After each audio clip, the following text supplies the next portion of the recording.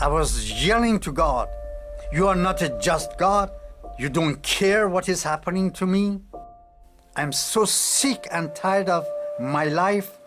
Finally, I say that if you are the true God, come and take my life. If not, let me die here. I don't want to wake up.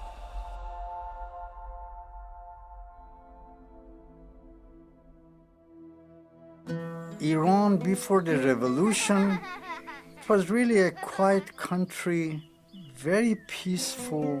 When the Islamic revolution happened in 1979, I left Iran and moved to Denmark. The very first day when I came to Denmark, it was snow falling, cold, very cold.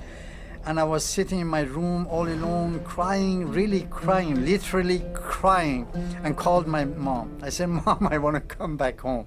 I really want to come back home. I don't want to stay here. I cannot stay here. I will die here. And she said that if you come here, you will die here too, so you better stay there.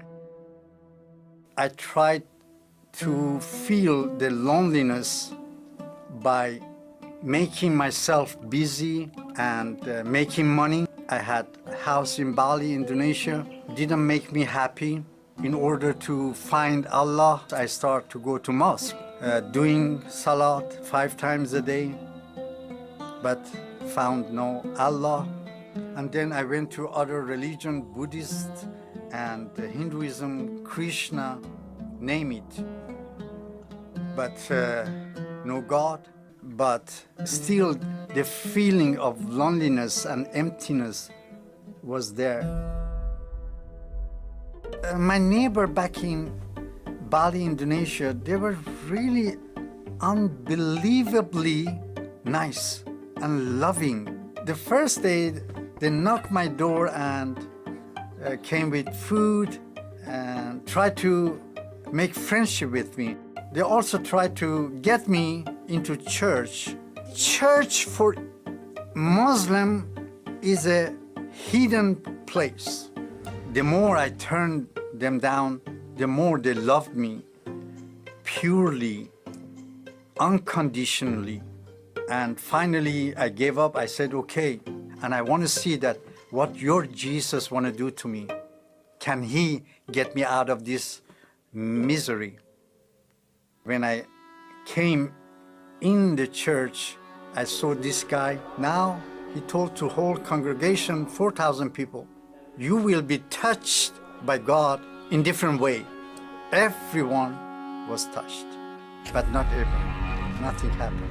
And I was telling to myself that, Ibrahim, you are a very, very bad guy. That's why God is not touching you. But the more I turned him down, the more he loved me. I mean, it was really a strange love. So finally I said, okay, your Jesus couldn't do anything today.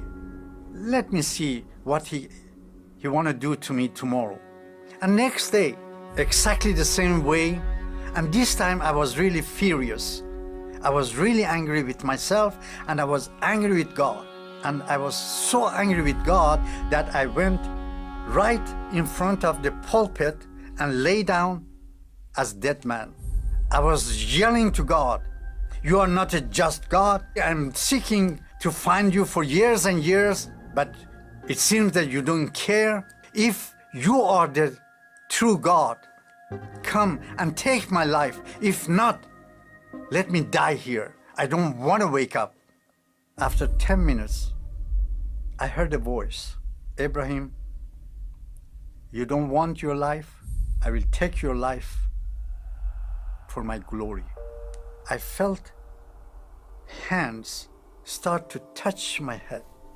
I thought that some of these 4,000 people felt sorry for me and came to me just to give me comfort. I opened one of my eyes, seeing that who is this? Nobody here, this side. And then I opened my left eye, nobody here. And when I opened my eyes and tried to stand on my feet, I couldn't stand on my feet. And the whole church was empty. And I was born again at that day. God made us in such a way with vacuum that only God can fill it. No money, no children or mother or father. Only God himself need to feel that. And this same Jesus is now visiting Muslims. Before the revolution in 1979, Iran had only a handful Christians. 35 plus years after the revolution, we have more than 2.5 million Iranian Christians. Years after I become Christian and my view of Jewish people changed dramatically. I love them with all my heart. I respect them highly.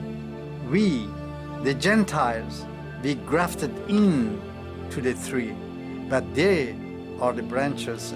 I truly believe that God has a still plan for Israel. And my advice to Christian, do not give up. Keep on loving people. You don't know what is happening. The Jewish or Muslim, they turn you down, but don't give up. You don't know what is happening in their heart. You have to be patient. You are dealing with human soul, and continue to love people unconditionally. I am one for Israel.